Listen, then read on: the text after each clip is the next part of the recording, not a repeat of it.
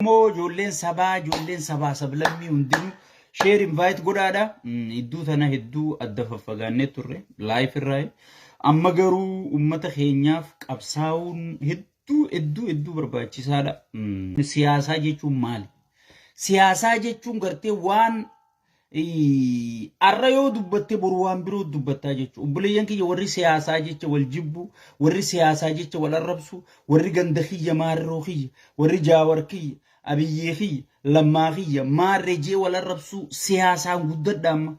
Abiyyiis ilma Oromooti, jaawariis ilma Oromooti, lammaa magarsaa ilma Oromooti, baqqalaa garbaa ilma Oromooti, daawwit ibsaa ilma Oromooti, everybody Oromoodha. Sigalee. Yaada wal dhabu jirra malee sabummarra wal dhabutti hin jirru jechuudha. Wanni isin understand godhuu qabdan tan.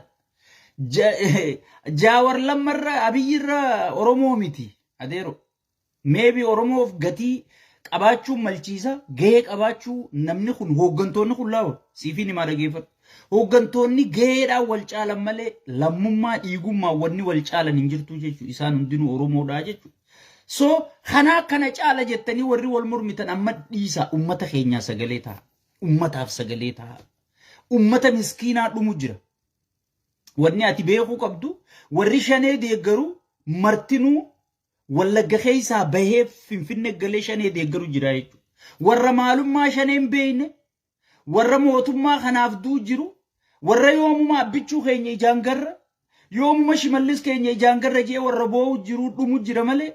Warra waan qabne miskiina dalagadheetiin jiraadhaa misooma kiyyaan guddifadhaa ilmaan kiyyaan guddifadhaa ilmaan kiyyaan barsiifadha jee warra dhumu jira malee warri marroo deeggaru warri marrataa deeggaru warri durriyyee qibaatiif irra nayitu tanii nammaqaatti baase kana deeggaru martinuu Finfinnee jira deero kun Awurooppaa fi Ameerika jira jechuudha. Miskiinota kan dhumu jiru miskiinaaf sagalee ta'u rabbiitutti si kakaasaa jechuudha. Namoonni gariin amma hanqina siyaasaa qabaachuu keenya hedduu namaatiin arguu jira. Shaneen eessa kutte? Dilamar fannoon dhuftee ummata Oromoo wallagga keessa fittu shaneen eessa jirti? Adeero shaneen itti gaafatamummaa qabdi. Itti gaafatamummaa qabdi meenaa himi. Guyyaa kam shanee baatee filattee bakka buufatte. Nageenya kiyyanaa eessisi, misooma kiyyanaa guddisi, daandii barnoota kiyyanaa sirreessi. Addunyaa wajji dippiloomaasii kiyya sirreessi jettee kanatti filatte mootummaa badhaadhinaati. Malee shanee miti. Waan kana understand godha. Shaneen ifiifuu yoo bineensi sheeyxaanni gabbu'ee wajjiin uummata Oromoo fixee mootummaa kanarra kan kaasuu danda'u taate ni afeerratti jechuudha. Kottaa na wajji fixaa jette. Humna badiiti jechuudha. Shanee jechuudha. Humna badii eessa kutte jettee qoratta. Mootummaan seeraa fi heeraan teessee filatte osoo hin jirtu bakka bu'oonni uummataa osoo jiranii caffeen Oromiyaa osoo hin jirtu meerre caffeen Oromiyaa meerre bakka bu'aan uummataa meerre pirezidaantiin biyyaa meerre warri nageenya naannoo eeysisu jettee gaafachuu dhiifteeti hoggii fannoon Oromoo fittu jaabar fannoon tan namichi miliyoona 100 geessuuf jiruume sigal hoggii fannoon Oromoo fittu mee shaneen eessa jirti? Hai. Shaneen mirga yoom akka Oromoo yoom filamte? Obboleessoo xiqqoollee taatuuf gaanfadhaa. Yaa ijoollee namni siyaasatti hidhe. Yaa ijoollee ganda kiyyaatu aangoo qaba jettee siyaasatti hidhamte. Maqaa Oromoo hin balleessina. Rabbi sodaadha. Maqaa Oromoo hin balleessina.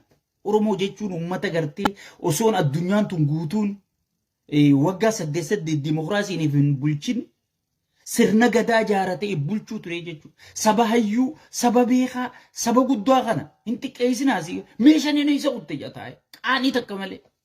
Shanee yoom bakka buufatte? Shaneen humna jeequmsaatii bara. Shaneen bara akka namni mootummaa kanarra ka'uuf dalagaa jirtii bara. Shanee nageenya firraa eegsisuu qabu mootummaa kanaa bara. Mee mootummaan naannoo Oromiyaa eessa kute jechuu qabdaa bara. Mee shimallis eessa kute. Mee caffeen Oromiyaa eessa kute. Mee pirezidaantiin Oromiyaa. Mee itti aanaan pirezidaantii. Mee hoogganaan paartii. Mee hoogganaan naannoo. Mee hoogganaan aanaa godinaa. Mee milishaan.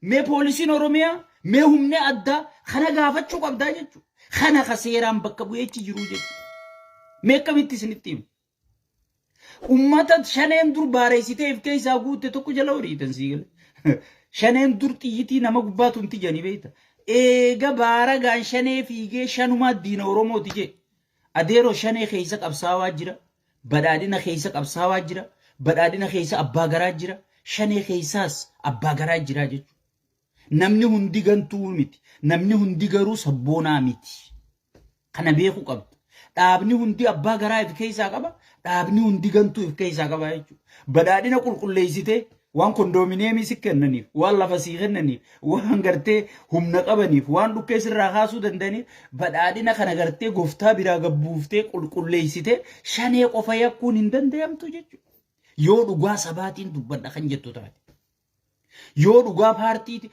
gaa paartiitiyaan guyyuudhaadha isa paartii bar anamma Ameerikaa keessatti Dimokiraasiin filadhaa jechuudha. Dimokiraasii garuu paartiitii. Yoo namoonni faallaa sanii dimokiraasii faallaa heera paartii sanii deeman waa'ee anvooti siifiin godhe maaliif waan akkanaa goota jeetiin gaafadhaa jechuudha. Yoomma mootummaan naannoo Oromiyaa obbo Shimallis Abdiisaatiin durfamu ummanni Oromoo kan gaafachuu qabu isa waa'ee nageenya maa kabachiisuu dadhabde. Caasaa keemaa to'achuu dadhabde. Hattuma kontrol godhuu dadhabde hattuun jeequmsaaf kakarrabanaa jiru isa maaliif kana jettee mootummaa gaafachuu qabdaa jechuudha gaafachuu danda'uu qabda mootummaa keetii jechuudha mootummaa jechuun deeggaraa mootummaa jechuun akkana malee nama hoggii mootummaan hallayyat deemus hoggii mootummaan gaarat deemus hoggii mootummaan hoggii gaafii gaafattu qaba hoggii deeggartu qaba jechuudha yeroon ammaa yeroo ummata keenyaaf gaafii buusi nageenya fidi jennee garte hattuu if keessa jirtu xaragi jennee gaafii isa gaafachuu qabnu malee yeroo garte makiinaa chaayinaan faan abbichuu kennite dhaadheessinu keessa hin jirru adeero makiinaa bar nama jiru oofa makiinaa qulf xiyyitiin hin dhoyine chaayinaan abbichuu kennite oromoo meeqaa dhumu jira ati makiinaa san dhaadheessuu dhiiftee afaan paartii ta'uu dhiiftee afaan sabaa yoo taate irra paartii teetillee tursiiftaa jechuudha yoo dhuguma badhaadhina kan jaalattu taate yoo dhuguma gartee hooggantoota badhaadhinaatiif jaalala kan qabaattu taate sagalee ummataa taateeti sa'idaan miseensonni badhaadhinaa kana idaan ijoolleen paartii badhaadhinaa tana je'ee ummanni nu akkasi ajaa'ibsiifatu je'ee ummanni keetu akkasi dinqisiifatu sigalee dammaqina siyaasaa harkisiifta malee sa'a 24 shaneen yoo shaneen asin mana gubde jaan hay waboon eessa kute warri waboo ifinjuu eessa kute warra waboo ifinjuu eenyu bakka buufate nuti kan bakka buufanne mootummaa naannoo Oromiyaati dhaaba badhaadhinaati kan nageenya fiduu dadda kagartee gabbahee yoo humna isaatii ol taate yaa ummata kiyya wanni kun humnati yaa ol taate rabbii jaana wajji qabsaawaa rabbii jaana wajji hiriiraa jee gartee kagartee wanna jechuu qabu mootummaa naannoo Oromiyaati malee mootummaa naannoo Oromiyaati malee shanee mitii jechuudha. Altuuf wayi wabuufi wayi shaneefi wayi durriyyee qibaatii firrinaytee wallagga keessa yaatu tanaafi ati kan kafaluuf jirtu mootummaa naannoo Oromiyaati bakka bu'aa kiyya jettee kan ati filatte mootummaa yoo xiqqaate waggaa shanan kana yoo fixate akkamma deemu kanatti itti fufuu ni dandanatti fakkaattu jechuudha.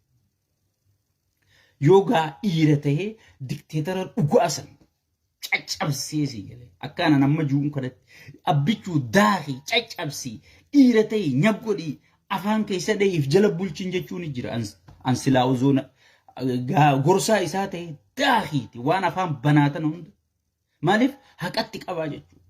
Guyyaa biitituun diigamuu kaatee hoogganaa isaa jalatti hoogganamummaa isaa jalatti rabbiin biyya tana diigamurraa nu hambise dandeettii isaati.